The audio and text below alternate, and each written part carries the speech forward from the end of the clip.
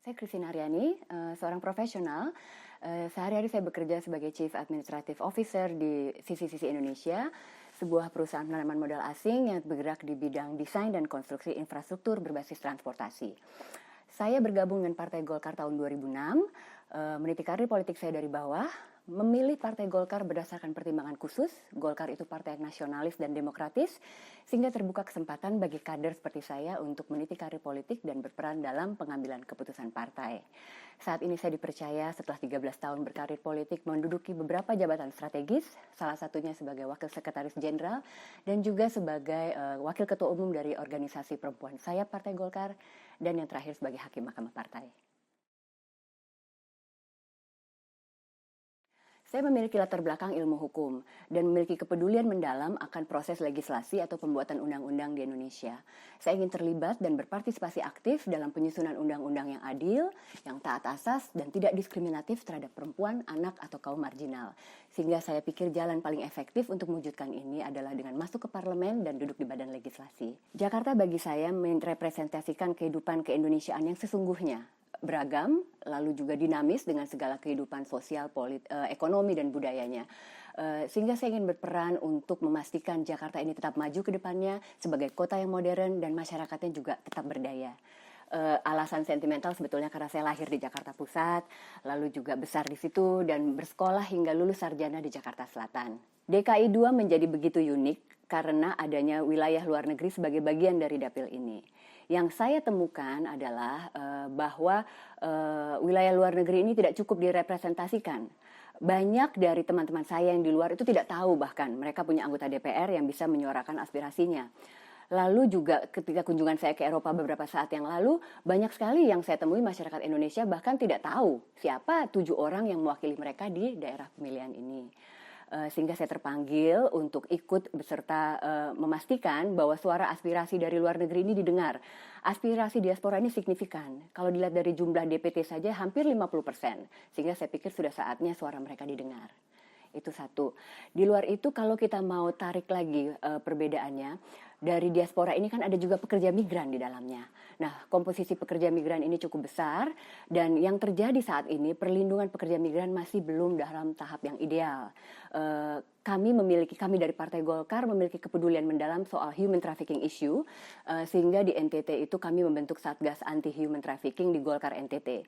Mungkin seperti yang sudah pernah tahu, NTT merupakan salah satu daerah yang banyak mengirimkan tenaga migran kita.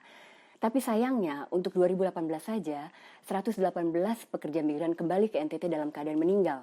Ini hanya satu tempat dari NTT. Kita belum tahu kantong-kantong pengiriman yang lain. Sehingga saya merasa ada yang salah di sini dan saya terpanggil untuk ikut aktif terlibat bagaimana perlindungan pekerja migran ini lebih kita bisa tingkatkan.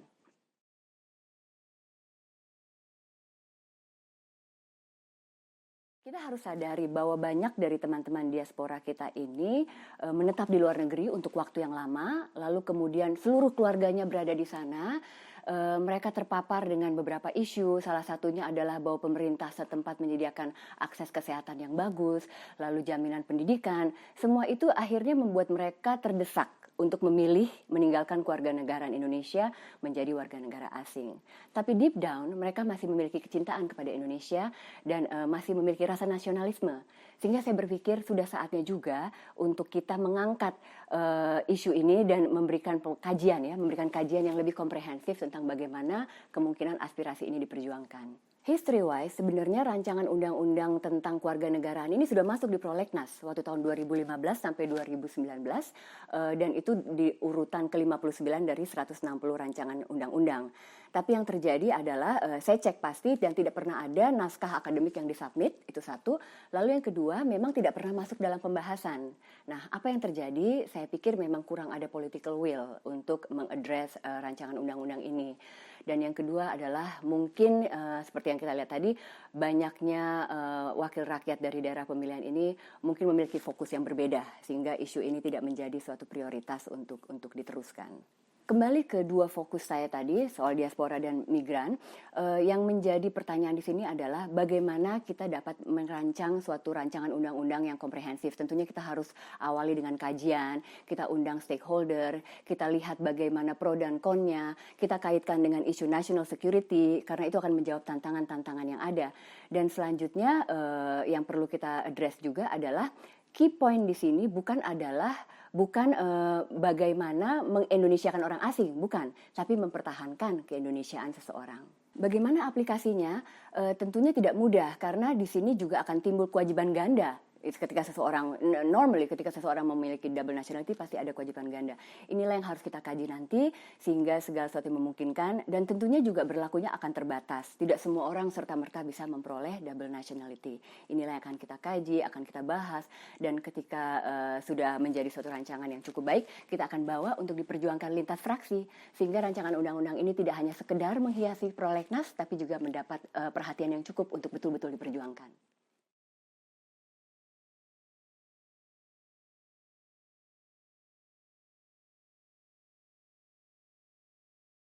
Kondisi pekerja migran kita sekarang sebetulnya masih jauh dari ideal.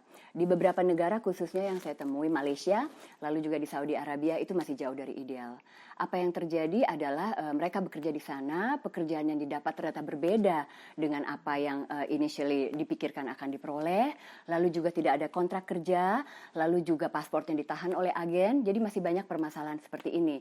Dan satu hal yang menarik adalah kita tidak punya bilateral agreement, baik dengan Malaysia yang ternyata it has been expired, dan yang kedua dengan Saudi Arabia, they haven't had the slightest concern to have this agreement with us. Jadi ini suatu poin yang saya pikir perlu kita address karena bagaimana kita mau melindungi warga negara kita kalau ternyata kita tidak punya dasar-dasar yang bisa jadikan patokan untuk memastikan perlindungan itu ada. Seperti yang saya sampaikan tadi, itu satu permasalahan. Tapi saya senang bahwa sekarang kita sudah memiliki Undang-Undang Perlindungan Pekerja Migran, Undang-Undang Nomor 18 Tahun 2017, yang mengatur cukup banyak hal-hal dengan baik. Tetapi permasalahannya adalah ini masih dalam masa transisi. Kita memiliki waktu hingga November 2019 untuk menghasilkan aturan-aturan pelaksanaan dari undang-undang ini. Yang jadi problem adalah penyusunan peraturan pemerintah seringkali dilakukan tidak secara terbuka. Sampai saat ini saya tidak berhasil mendapatkan draft untuk PP tersebut, sehingga nanti ujuk-ujuk keluar peraturan yang ternyata tidak harmonis dengan undang-undangnya. Ini akan kita sayangkan, karena undang-undangnya sudah mengatur segitu bagusnya, nah bagaimana memastikan peraturan turunannya juga sesuai dengan apa yang diatur dalam undang-undang. Ini menjadi suatu fungsi yang bisa dijalankan oleh anggota DPR, karena dalam menjalankan fungsi pengawasan pada pemerintah, mereka memiliki tanggung jawab, tugas, dan kewenangan untuk memastikan peraturan turunan itu bisa senada dengan undang-undangnya. Tentang moratorium, saya memahami bahwa menjadi hak asasi dari setiap individu untuk bermigrasi dan untuk memperoleh penghidupan yang lebih baik di negeri orang. Tapi yang menjadi concern kita di sini, ketika negara belum siap untuk melindungi warga negaranya, ini sama saja dengan melepas pekerja migran kita ke hutan belantara. Nah, yang saya pikirkan adalah, so yes, I agree on the moratorium, I agree on the policy. Sebetulnya moratorium ini bisa kita pakai, kita pergunakan sebagai saat yang tepat untuk mendudukkan counterpart kita untuk berunding. Bagaimana bilateral agreement ini bisa kita konsepsikan bersama. I believe in effectively applied pressure in tough negotiation. So this moratorium could be one of the tools, supporting tools to help us negotiate with our counterparts. Soal kemungkinan abuse, saya pikir kita perlu memiliki data yang valid tentang pekerja migran kita, dimulai dari mana daerah asalnya, kemana dia ditempatkan, pekerjaannya sebagai apa, siapa majikannya, nomor telepon yang bisa dihubungi, lalu nomor telepon saudaranya juga di kampung dan sebagainya. Karena berdasarkan pengalaman, data-data ini tidak kita miliki. Disitulah mulai timbul problematika. Eksploitasi terhadap pekerja migran ini sebetulnya timbul karena adanya dominasi ya, monopoli peran pengambil keuntungan dalam penempatan. Jadi ini bersifat sangat sentralistis. Semua dilakukan oleh perusahaan penempatan. Itulah yang menjadikannya rentan terhadap eksploitasi. Di undang-undang yang baru ini peranannya sudah bergeser. Jadi ada peran yang dilakukan oleh perusahaan penempatan dan government takes more in charge on other aspect. Nah, di sini akan ada layanan satu atap yang akan ada di provinsi, kabupaten, kota sampai desa. Sehingga saya harapkan dengan implementasi sistem ini, maka eksploitasi tadi ibaratnya minimal, we can minimalize. Mengatasi soal agen pengiriman atau penempatan TKI yang nakal. Di sini kita harus melakukan tugas pengawasan dengan tegas, menjadi domain dari Kementerian Tenaga Kerja dan BNP 2 TKI. Kemenaker sepantasnya menindaklah kalau ada agen yang terbukti tidak melakukan tugas dan tanggung jawabnya dengan benar. Dan kemudian juga ketika timbul atau bahkan bisa sampai mencabut izin untuk suatu kasus yang memang harus dicabut izinnya gitu. Don't leave room for negotiation here. BNP 2 TKI atau dalam undang-undang ini akan disebut sebagai badan, sehingga kita belum tahu apakah tetap akan berwujud BNP 2 TKI atau akan bermetafor menjadi bentuk lain. Seharusnya juga jangan memberikan rekomendasi untuk perpanjangan izin perusahaan-perusahaan bermasalah ini ketika saatnya tiba bagi mereka untuk extended their license gitu. Jadi pengawasan ini harus dilakukan dengan serius gitu, harus diverifikasi dengan benar. Karena ada penemuan atau penelitian yang menyebutkan kalau agen yang nakal itu pasti tendensinya nanti ke depan-depannya juga nakal. Jadi sebetulnya dengan pengawasan yang lebih lebih menyeluruh, kita bisa memastikan atau mengurangi kejadian-kejadian ini terjadi lagi. Ada dua isu yang saya ingin address di sini. Yang pertama adalah tentang korupsi. Semua sepakat lah kalau korupsi ini merupakan musuh kita bersama. Saya juga mendukung penegakan hukum oleh aparat. Tapi yang menjadi hal yang perlu kita perhatikan bersama adalah sebetulnya ini harus dimulai dari basicnya, dari keluarga. Jadi nilai-nilai kejujuran itu harus ditanamkan di anak-anak kita sejak usia dini. Ya di rumah, ya di sekolah, ya bahkan saat kita bekerja juga. Yang lucu adalah soal pencalekan. Saya memastikan diri saya bahwasanya akan menggunakan biaya kampanye sebesar dana yang saya bisa dapat dari gaji dan tunjangan sebagai anggota DPR selama 1 tahun. Ini bagi saya merupakan sesuatu yang sensible, karena bagaimana kalau ada teman-teman ya, kita dengar juga di luar orang mengeluarkan sampai miliaran, belasan miliar, sampai puluhan miliar, itu kan nggak akan tercover dengan gaji dari anggota DPR. Lalu bagaimana mereka akan mengembalikan uang itu? Itulah di situ salah satu potensi yang sebetulnya kita tahu, tapi yet ini yang terjadi.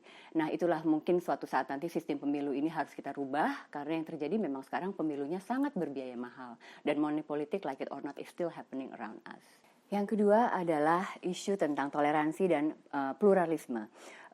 Kita bangga bahwa Indonesia terdiri dari begitu banyak ragam suku, bahasa, agama, etnis, dan kita semua diikat dengan spirit kebangsaan oleh Bhinneka Tunggal Ika.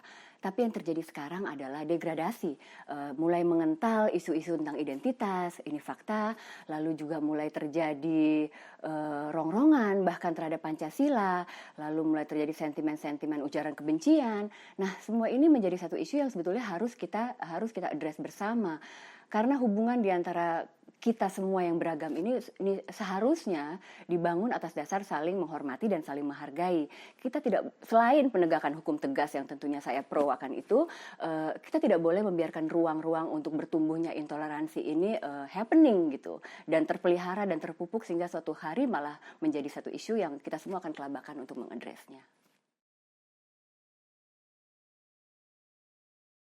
Apa yang saya ketahui tentang diaspora?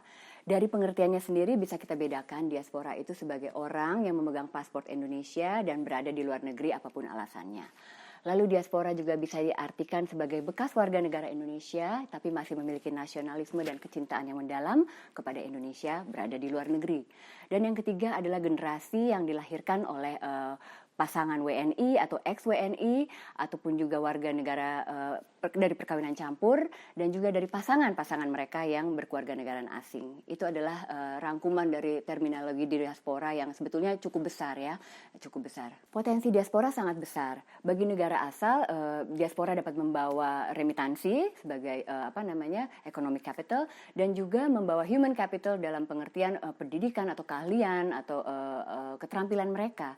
Dari data Bank Dunia dan World Bank tahun 2016, remitansi yang disumbangkan oleh diaspora dan pekerja migran kita mencapai 13 triliun rupiah. Ini cukup besar, hanya dikalahkan oleh sektor migas dan pendapatan dari pajak. Diaspora bisa membawa ke kita banyak hal, keahlian tadi, network, lalu bisa menularkan motivasi kepada generasi muda, mereka bisa memasukkan capital juga, peluang bisnis dan lain sebagainya. Yang kita harus pastikan dan yang akan saya lakukan nanti jika seandainya terpilih adalah melakukan apa yang kemarin saya juga lakukan. Saya akan mengunjungi diaspora-diaspora kita, lalu mendengarkan aspirasi mereka dan memperjuangkannya. Saya akan menjadi corong bagi diaspora kita di Parlemen DPR RI. Seperti tadi yang kita sudah bahas, diaspora memiliki potensi yang besar, baik dari human capital, lalu juga ekonomi dan skill. Yang menjadi pertanyaan ini sekarang adalah bagaimana memotivasi mereka untuk memberikan kontribusi lebih kepada pembangunan di Indonesia. Saya pikir yang harus kita atur adalah framework regulasi. Bagaimana regulasi ini bisa memudahkan dalam diaspora kita menjalankan kontribusinya. Yang saya dengar mereka tuh pernah datang ke Indonesia memberikan hibah alat kesehatan, lalu juga melakukan pelayanan kesehatan seperti operasi katarak, operasi luka bakar, kegiatan-kegiatan revamping pemukiman kumuh. Nah, banyak hal-hal yang bisa mereka lakukan. Ini sebetulnya mereka lakukan, saya yakin karena adanya kecintaan ya, adanya rasa nasionalisme tadi dan mau berkontribusi. Yang harus kita pastikan adalah memberikan kemudahan, mengaturnya dalam regulasi, tentunya dengan tetap memperhatikan kepentingan nasional dan hukum yang berlaku. Menurut saya penting untuk menumbuhkan rasa cinta pada budaya demi menjaga keindonesiaan di generasi kedua dan ketiga ini. Ini bisa kita lakukan, yang saya pikir ya, ide saya adalah kita bisa membentuk cultural center, mungkin di beberapa negara yang memang memiliki fasilitas untuk itu yang bisa dimungkinkan. Dan di cultural center ini kita bisa memberikan pelajaran bahasa Indonesia, karena menjadi suatu fakta bahwa ternyata banyak anak-anak yang dilahirkan dari generasi kedua ketiga ini, karena di rumahnya sudah tidak menggunakan bahasa Indonesia lagi, ya mereka juga tidak punya keahlian itu gitu. Nah, cultural center bisa menjadi menjalankan fungsi untuk menumbuhkan interest itu tadi lagi karena itu tersedia. Lalu juga bisa kita pasang film-film atau dokumenter tentang Indonesia. Pokoknya pengenalan tentang budaya Indonesia. Kita bisa bikin cultural night dan hal-hal semacam itu. Kuliner juga sebetulnya bisa menjadi satu opsi untuk mengenalkan anak-anak ini dengan heritage-nya, karena pastinya dengan segitu banyak jenis kuliner kita pasti adalah yang mereka suka. Berdasarkan pengalaman juga saya dapat masukan dari PPI, setiap kali mereka membuat acara di luar, justru kalau misalnya festival kuliner itu yang lebih banyak justru pendatangnya, bahkan warga negara asing juga turut datang.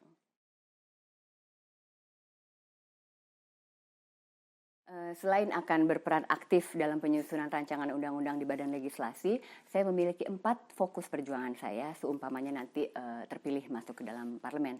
Yang pertama adalah hak perempuan dan anak. Saya ingin memastikan tidak ada rancangan undang-undang yang diskriminatif terhadap perempuan dan anak. Lalu saya juga ingin mengawal program eliminasi stunting yang dicanangkan pemerintah saat ini. Saya ingin menyuarakan agar program keluarga berencana kembali menjadi satu agenda nasional, dan banyak hal-hal lain yang ingin saya lakukan untuk perempuan dan anak dari level kebijakan. Yang kedua, tentang aspirasi diaspora itu, saya ingin menginisiasi naskah akademik untuk rancangan undang-undang perubahan undang-undang tentang kewarganegaraan ini, yang mana memuat pengaturan tentang dui kewarganegaraan. Lalu saya ingin juga melakukan FGD, mengundang ahli-ahli hukum untuk lebih lanjut menilai dan melihat kemungkinan bagaimana kita dapat mempresentasikan dapil luar negeri ini supaya bisa berdiri sendiri, tentunya ditopang dengan alasan-alasan sahih berdasarkan hukum. Lalu yang ketiga, saya ingin juga melakukan kunjungan-kunjungan ke pusat-pusat diaspora kita dan berdialog dengan KJRI dan KBRI untuk melihat kemungkinan pendirian cultural center yang tadi saya sampaikan. Dan yang keempat, saya akan selain mengunjungi dalam masa reses, saya juga akan terbuka dengan kemungkinan melakukan video conference dengan diaspora kita di luar negeri untuk lebih mengerti dan menyerap aspirasi mereka. Yang ketiga, terkait dengan perlindungan pekerja migran, cukup banyak hal yang sudah saya rencanakan. Yang pertama adalah mengawal terbitnya aturan pelaksanaan dari Undang-Undang Perlindungan Pekerja Migran ini. Lalu yang kedua, saya ingin juga mengunjungi sumber-sumber pengiriman selama ini pekerja migran dan memverifikasi permasalahan yang selama ini sudah saya tangkap. Lalu yang ketiga, saya ingin juga mengunjungi KBRI dan KJRI untuk melihat bagaimana peranan mereka dalam penempatan dan perlindungan ini, tentunya dalam koridor yang dimungkinkan oleh hukum dapat ditingkatkan. Lalu saya ingin juga menyuarakan agar pemerintah membentuk database yang valid tentang pekerja migran kita. Dan saya ingin juga membuat iklan layanan masyarakat tentang awareness akan bahaya human trafficking dan mungkin menayangkannya melalui media sosial. Itu adalah sebagian dari banyak rencana yang saya miliki seandainya nanti ini terjadi, dan pastinya di sini kita akan melakukannya melalui Komisi 9. Terkait peningkatan peranan generasi muda, saya ingin membentuk atau menginisiasi suatu platform bersama dengan teman-teman yang lain di mana generasi muda ini dapat lebih berperan, mereka dapat menyampaikan menyampaikan aspirasi dan pandangannya kepada DPR ataupun juga kepada pemerintah yang menjadi mitra kerja kami. Lalu yang kedua, saya ingin juga melakukan vocational training dengan dana reses sehingga lebih banyak anak muda kita yang kurang beruntung karena tidak bisa bersekolah bisa mendapatkan pekerjaan. Itu adalah sebagian dari rencana saya untuk peningkatan generasi muda.